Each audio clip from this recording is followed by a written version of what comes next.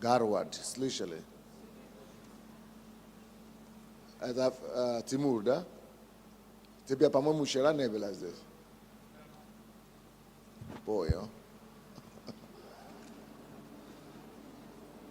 Значит, всем знакомо такой университет, как Гарвард. Это ведущий университет мира, может быть, самый престижный. Гарвард, чтобы попасть туда, мало того, что нужно иметь кучу денег, до 200 тысяч долларов за учебу в один год иногда до этого доходит, то на одно место претендует от 200 до 2000 только за место, несмотря на твои денег. То есть это институт, который принимает только отличников. И принимает только те, которые уже имеют диплом и уже себя зарекомендовали в чем-то.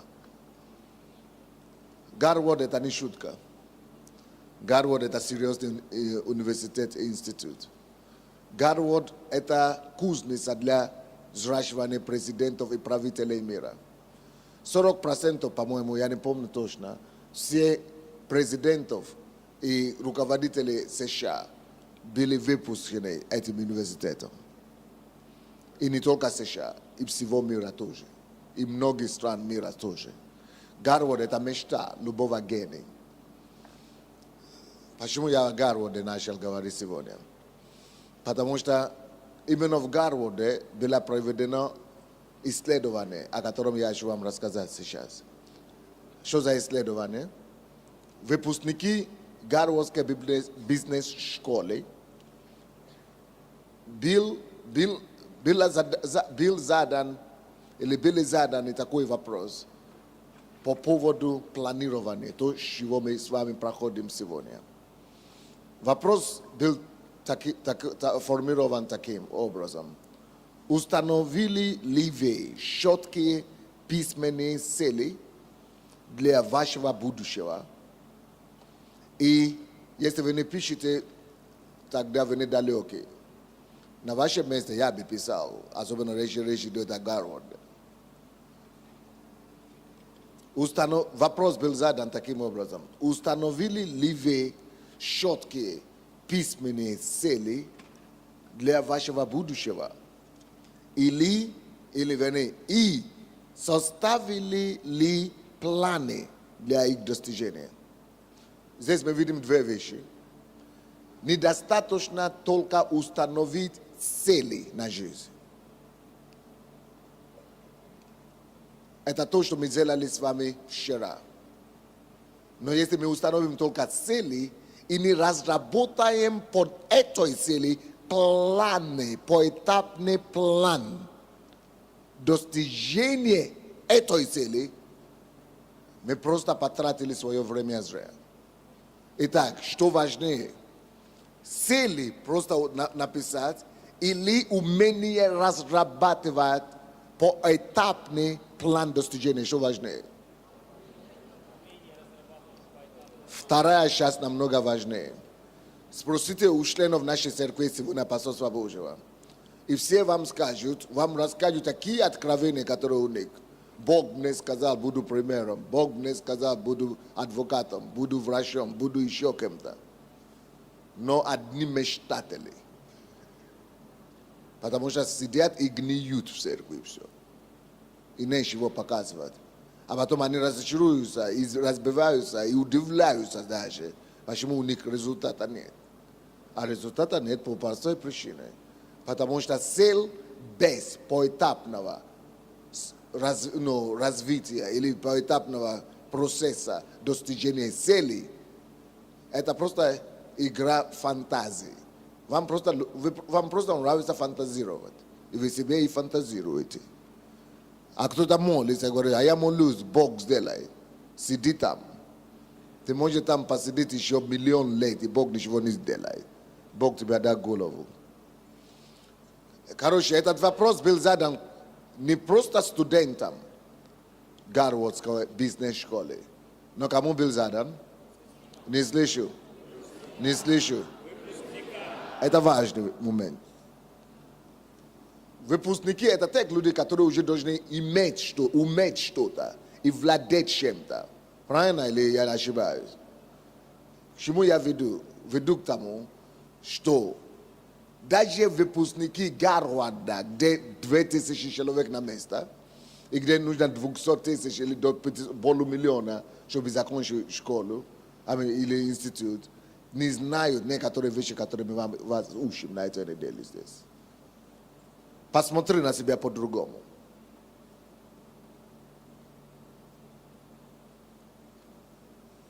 Оценивай себя по-другому. Может быть, ты в Гарвард не попал. Может быть, Кембридж не закончил. Но если ты сюда попал, ты на одном уровне с ними.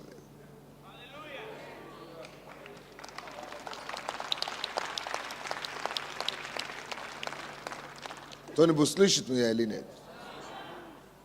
Вам дают возможность здесь. Вам здесь дают шанс. Однако, возможность и шанс полезно и выгодно, и корисно, как это лучше, не полезно, я ищу другое слово. По-украински лучше, корисно, корисно, корисно. А? Как? Да, полезно, да, но я ищу другое слово, продуктивно, да. Шанс и возможность, вы это должны записать. Шанс и возможность не для всех продуктивны. Шанс и возможность не всем приносит пользу. Вы знаете, кому шанс и возможность приносит пользу? Шанс и возможность приносит пользу только тем людям, которые искали и ждали, и осознали, что это им предоставлена шанс, предоставлена возможность или предоставлен шанс. Если он это не распознал, что это шанс, ему это не полезно, потому что он думает, что это просто обыкновенная проповедь или лекция. Он просто прошел мимо, короче. К чему я веду? Если вы не будете знать, почему я рассказывал вам о Гарварде и сравнивал с вами, с тем, что вы получаете. Если вы не будете знать, что то, что вы получаете, и то, что вам сейчас дают, на том уровне, где правители мира, вы будете просто сидеть и конспектировать и думать, что пастор Сандей мне дает в палатке и все. И вы не будете знать, чего это стоит.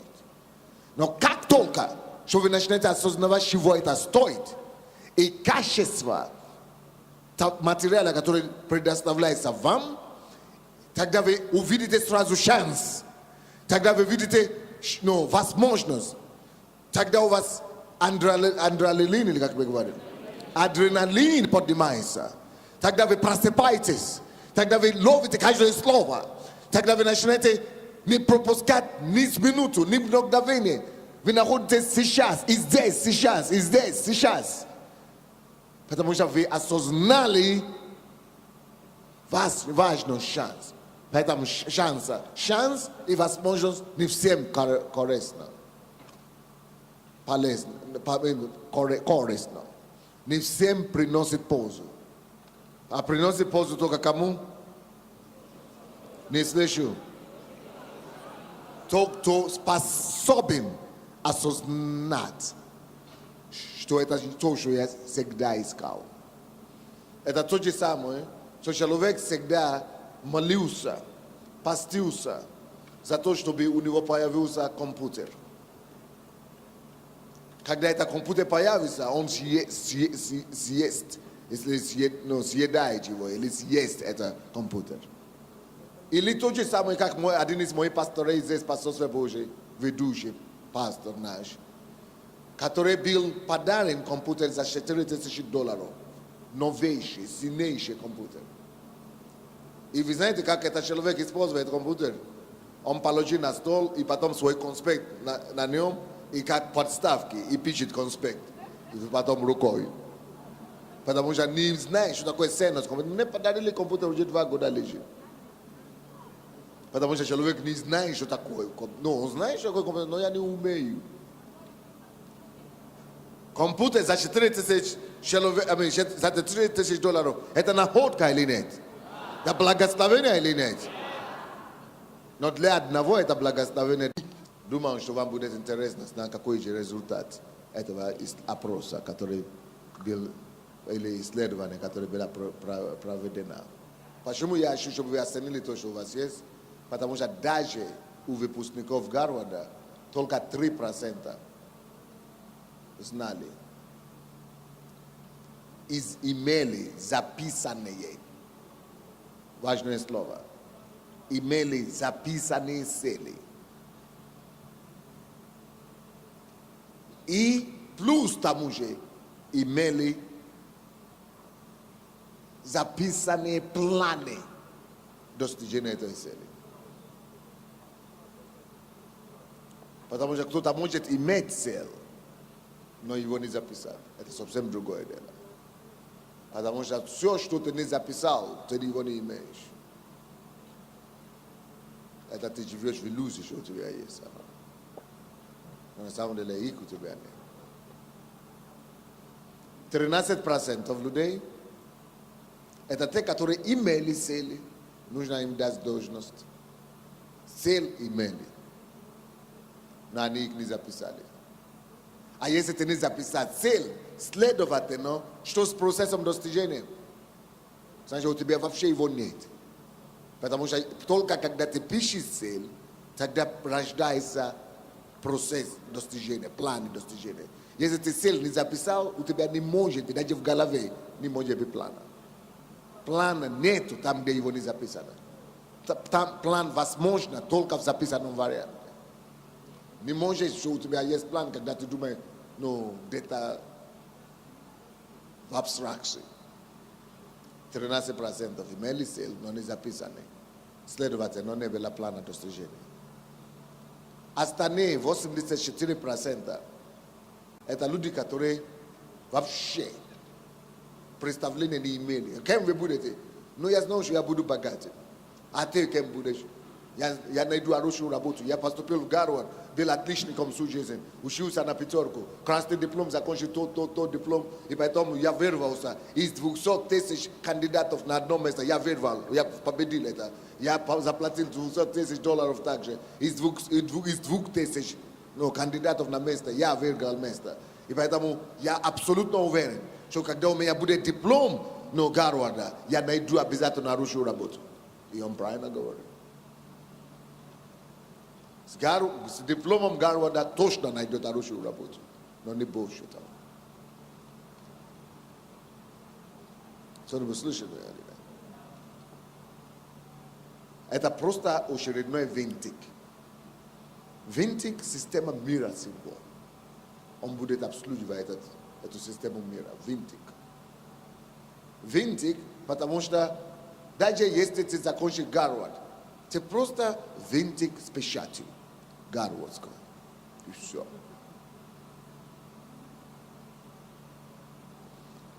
Винтики – это те, которые обслуживают систему. Но систему создают и владеют только 3% людей мира.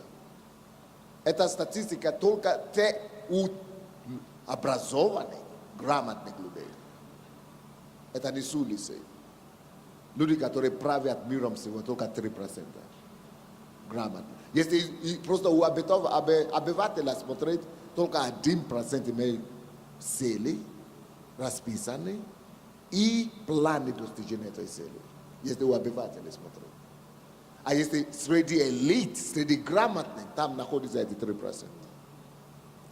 Вот почему говорят, что только 5% людей контролируют все богатства мира. В разных странах по-разному. Но 5% не потому, что их так много, это потому, что родственники, жены, дети и так далее. А так все, 3%. И статистика говорит, что в жизни нет только 0,03% людей когда-то достигают чего-то в жизни без описанного процесса достижения цели. Только 0,03%. 0,03% достигают чего-то Este no proces poshuda, no slushine. So bok proces dela shuda. Oni shiwo ni planirova, oni shiwo ni duma. A boșinstvo sluše 97% ljudi которые имели записаны сели и которые разработали системы или планы достижения этой цели, 97% случаев они обязательно достигают как минимум то, что они написали, а больше процентов достигают намного больше, чем они написали. Кто-нибудь слышит меня или нет? Вот почему эта лидерская школа построена таким образом, чтобы вы были научены и обучены в том, чтобы научились планировать и разрабатывать. На примере пастора Сандей. Вам дан модель, вам дан пример, чтобы вы это могли использовать. Через 10 лет собрали этих выпускников и, итог, как же получилось. Результат не подтвердил ожидания. Результат подтвердил то, что всегда знали. Какой результат? Да, должен вам сказать. Вот это 13%. А кто они? 13%. Говорите мне, это кто? А? Не слышу. Это как большинство из вас были до сих пор. Голове, где-то боги, в духе. Да, они действительно кое-какие результаты имели. Они имели результаты в 2 раза больше тех 84%, которые вообще ничего не записали, которые просто надеждой, что я верю, что-то получится. Особенно с дипломом, я знаю, что-то будет. 2 раза больше. Сколько раз больше? И зарабатывали деньги так и 2 раза больше.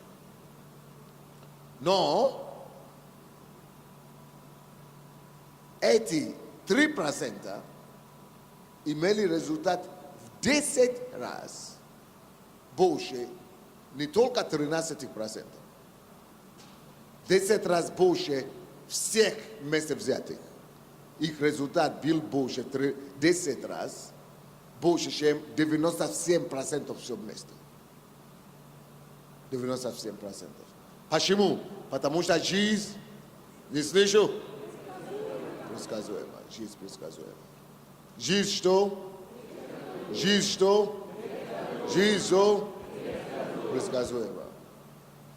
Тогда ответьте мне на такой вопрос. Что тогда с вами будет, если у вас будет написанный поэтапный план достижения цели?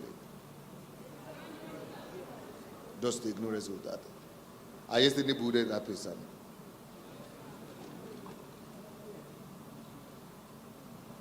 Да, эти 13%, которые имели 2 раза больше, чем 80%, они тоже хорошо себя чувствуют. Потому что, если, допустим, 13%, она, допустим, нашла работу. Она нашла работу, особенно после Гарварда, всегда находит работу. Гарвардский всегда находит работу. Но она нашла работу менеджером компании. А он секретарем, допустим, потому что он 84%. Но какая разница? И тот винтик, и тот винтик.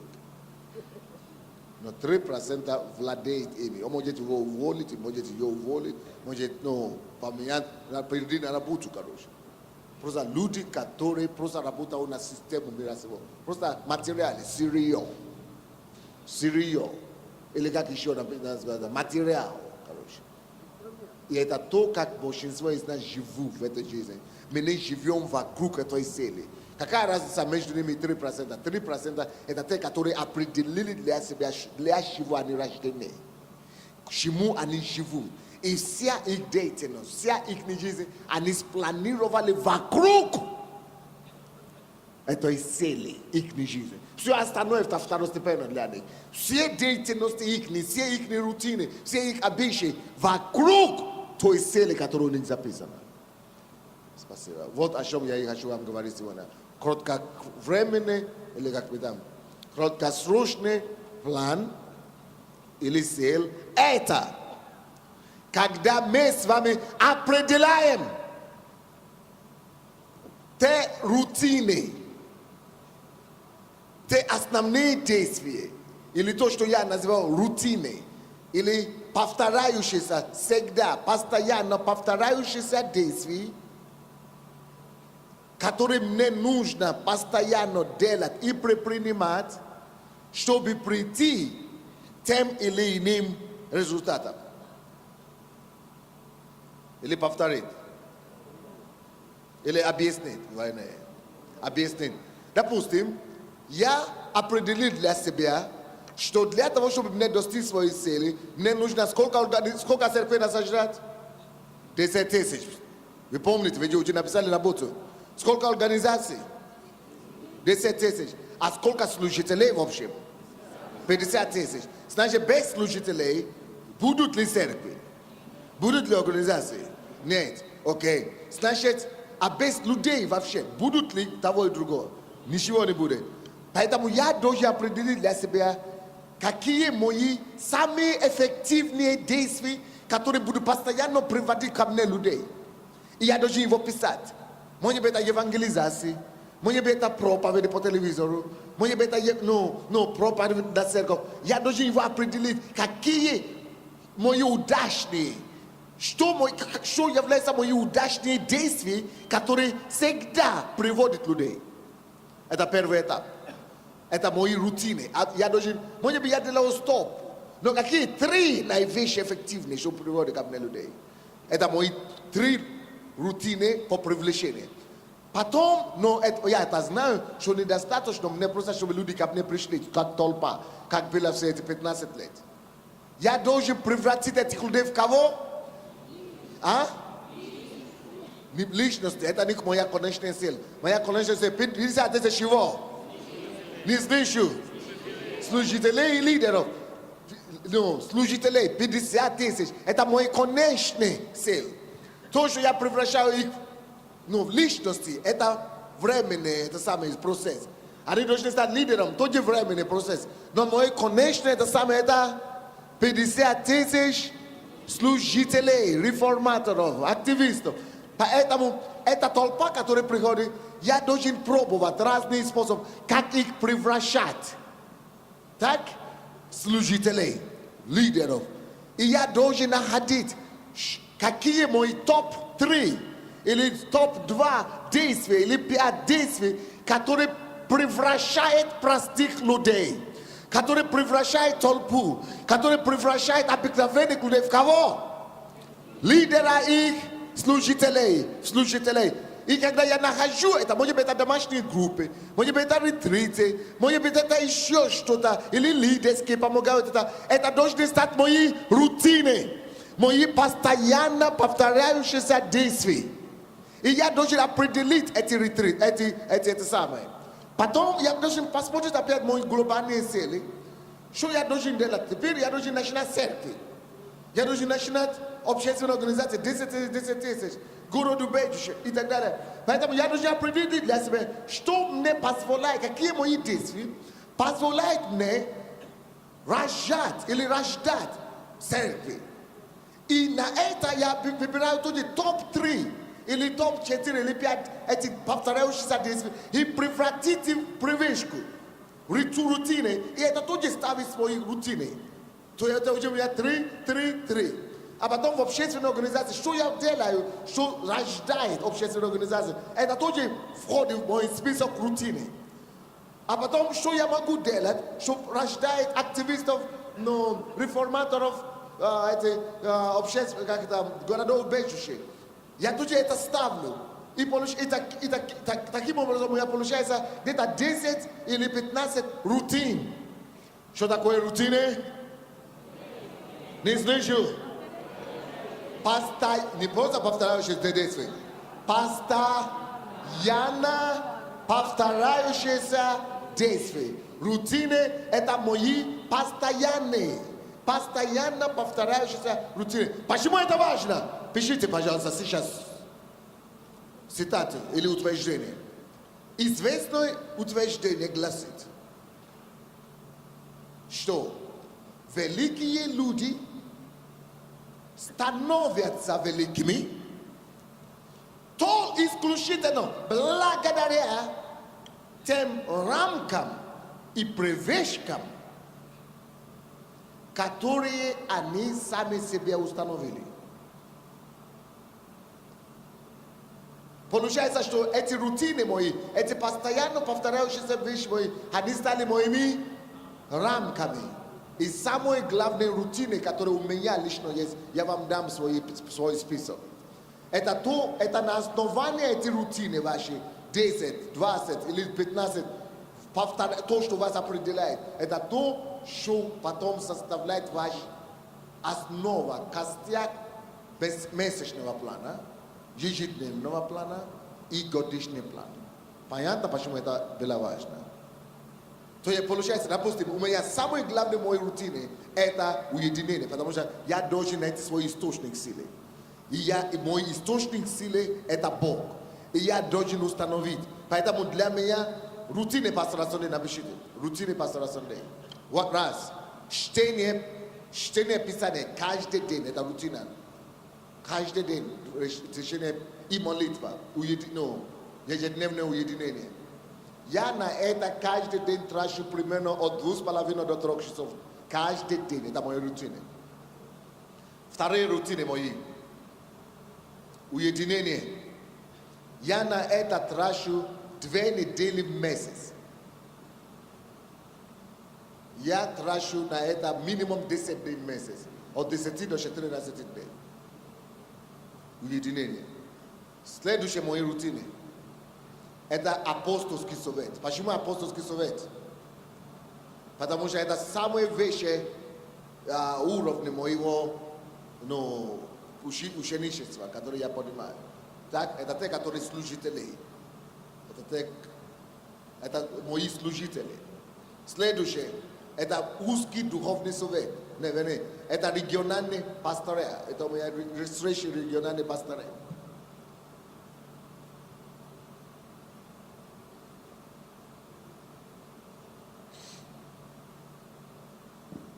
После региональной встречи мой приоритет идет духовный совет.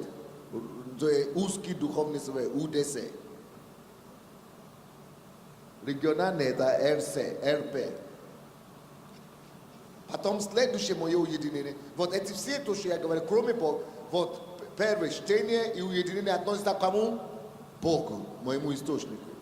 Вторые, апостольский совет, духовный совет, узкий духовный совет, региональный совет, относятся к моим второго уровня служителей. Но в следующие ретриты, допустим, и домашние группы, уже относятся к моему третьему уровню служителей, моих активистов и реформаторов, которые я взращивал, поднимаю на тот уровень дальше. Понятно, нет? То есть после этого идет ретриты. Ретриты, это я трачу на него 2 недели в месяц. Это 6 дней в месяц. Нет, 7 дней в месяц. Это неделю в месяц получается. Иногда больше. Иногда 3 ретриты. 2 ретрита в месяц или 3 ретрита. Ну, скажем 2. 7 дней в месяц трачу на него. Домашние группы. Домашние группы. У меня 20, если считать по 25 человек, можно сказать, у меня 25 домашних групп. Это раз в месяц каждая домашняя группа. Потом следующее. Это служение помазания. Это я уменьшил мои выступления по церкви, каждое воскресенье и так далее. Я это делаю для того, чтобы больше людей из толпы превратить. Служение помазания раз в месяц. Следующее мои рутины. Лидерские школы. 2 раза в году. Или 3 раза в году. Или 4 раза в году. От 2 до 4 раз в году. Зависимо от потребностей, которые я вижу. Но было время, когда я делал лидерские школы каждый месяц. Это вот зависимо от вашей потребности. Потом пасторские школы. И тут же библейские школы. Потом у меня, уже остальные не так важно. Но это важно для популяризации. ежедневное обращение, телевизионные выступления или обращение. Потому что это нужно для чего? Влияние. Потом писание книги. Писание книги я сейчас уже не так, но я всегда уделял 1 день в неделю этому. И тоже запись по телевизору то же самое. Итого у нас получается рутины сколько? Раз, два, три. 12 рутин. Вот основные. Как это выглядит, если месяц смотреть? Это есть рутины, вокруг чего я строю свою жизнь. Вот когда этот Артем Макеев выступал вчера, он это назвал календарь событий, видите? Это вот то, о чем он говорит. То есть, но, видите, что в моем расписании я не пишу, что надо романтический вечер с женой и так далее. Это есть, но это все второстепенное. Я не пишу, допустим, что я зайду в магазин купить молоко, или я пойду на встречу с этим самым секретарем, или я буду писать письмо, или это самое. Я это не пишу, это все второстепенное. Вот эти ваши рутины, вот это главное то, что вас подталкивает и приводит к исполнению вашей цели каждый день. Вы должны быть уверены, что это все так расписано, что каждый день вы что-то из них делаете. Даже если у меня, допустим, раз в месяц домашней группы, но если у меня сегодня нет домашней группы, зато у меня лидерская школа. Если у меня сегодня нет лидерской школы, зато у меня ретриты. Если у меня этого нет, тогда у меня апостольский. Или то есть каждый день я что-то делаю, что приближает меня к исполнению моей программы. И я это не все. Я это все расписал так, как я вам показал вчера. Чтобы получилось через 10 лет, 10 тысяч организаций, 10 тысяч церквей, я вам это уже рассказал вчера, если вы помните. 50 тысяч служителей, и я вам еще сказал запасы, которые были. Чтобы намного больше, что это все рассчитано. Не просто иду делаю лидерские, иду делаю домашние, иду делаю. Это все просчитано. Сколько человек домашних, через 2 года, сколько они мне даст. Как мы рассчитали мои домашние, через 3 года. Сколько мы будем людей, я буду выпускать людей через домашние группы? 40 тысяч. 40 тысяч человек. Я только через домашние группы я буду пускать через 5 лет. Это я даже вам об этом еще не говорил. То есть это все рассчитано. Поэтому получается, что вся моя жизнь расписана как тур. Вот когда моя помощница Света увидела мое расписание в день, у меня тоже есть расписание на день, если надо, мы вам пришлем. То есть она сказала, пастор, вы не поставили себя в тюрьму. Я говорю, класс. Все великие люди становятся великими благодаря тем рамкам и привычкам и рутинам, которые они себя заставили, зажали себя. И живут только в рамках этих вещей, которые приводят их сугубо к тем целям, которые они себе определили. Понятно или нет? Давайте сюда, я уже закончил, потому что мое время уже все. Прочитай, пожалуйста, как это будет выглядеть месяц. Возьмем в месяц январь, допустим. Как это будет выглядеть? Послушайте, или вы запишите, как хотите. С 1, допустим, ноября до 30 ноября. Давайте посмотрим, как я распределил вот эти рутины мои. Значит, это реальное расписание пастора на ноябрь. Громче сделайте ее. 1 по 6 ноября уединение. 7 Сделайте ее громче, 7 ноября служение помазания. С 8 по 11 ноября семинары для иностранцев. Каждый день оно идет последовательно. 11 ноября узкий духовный совет. С 11 по 14 ретрит для иностранцев.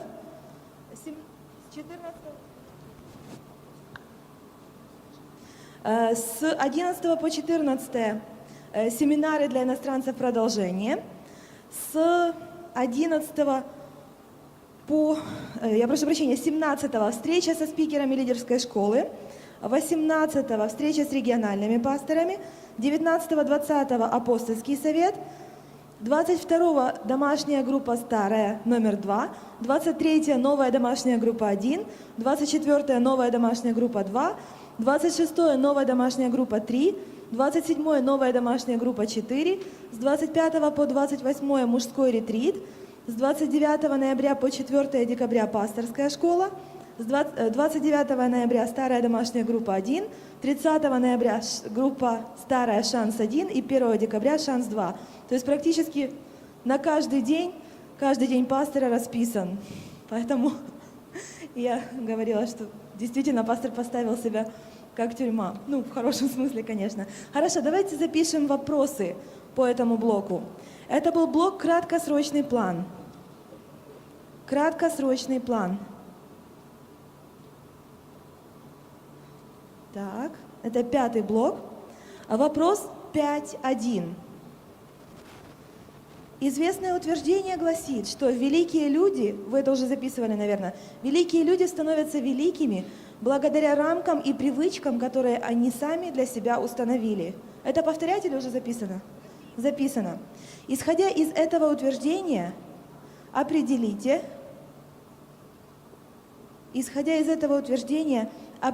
для себя необходимые рамки и привычки, которые помогут вам прийти к вашей цели. Известное утверждение гласит, что великие люди становятся великими благодаря рамкам и привычкам, которые они для себя установили. Исходя из этого утверждения, определите для себя необходимые рамки и привычки, которые помогут вам прийти к вашей цели. Есть? Вопрос 5.2. Эти рамки и привычки еще могут приобрести форму рутины, ежедневно повторяющиеся действия.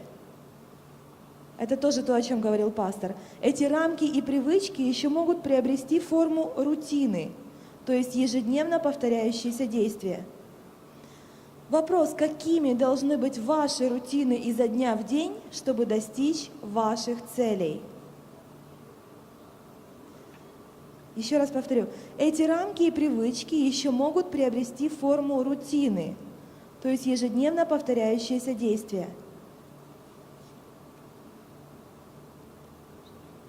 Какими должны быть ваши рутины изо дня в день, чтобы достичь ваших целей?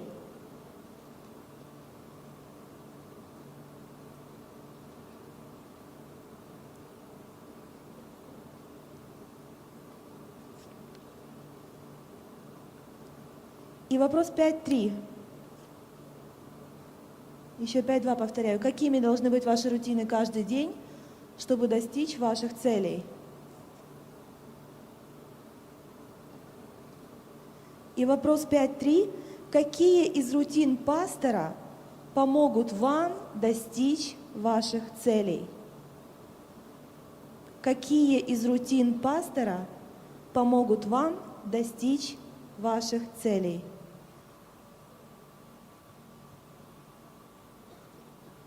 Обратите внимание на то, что рутины или ваши, когда вы планируете свои цели на каждый день, пастор Меник будет говорить об этом попозже. Нельзя забить целый день. 8 часов, я 6 проснулся, помолился, иду молоко, мужа кормлю, ребенка в школу. Это самое, потом, и каждую секунду, каждую минуту вы прописали так. А потом, сегодня я не успел, завтра я проспал, и нет самое. И вы будете жить только в самоосуждении всю жизнь. Вот так. Так можно загнать себя в депрессию. Так нельзя. Главное для вас, это чтобы вы исполнили то, ради чего вы созданы в этот свет. Вы призваны в вашу миссию. Это значит, это то, что является самой главной частью, чего вы должны спланировать. Планируйте это. Может быть, на эти рутины или ретриты, на этот день пойдет только 2 часа.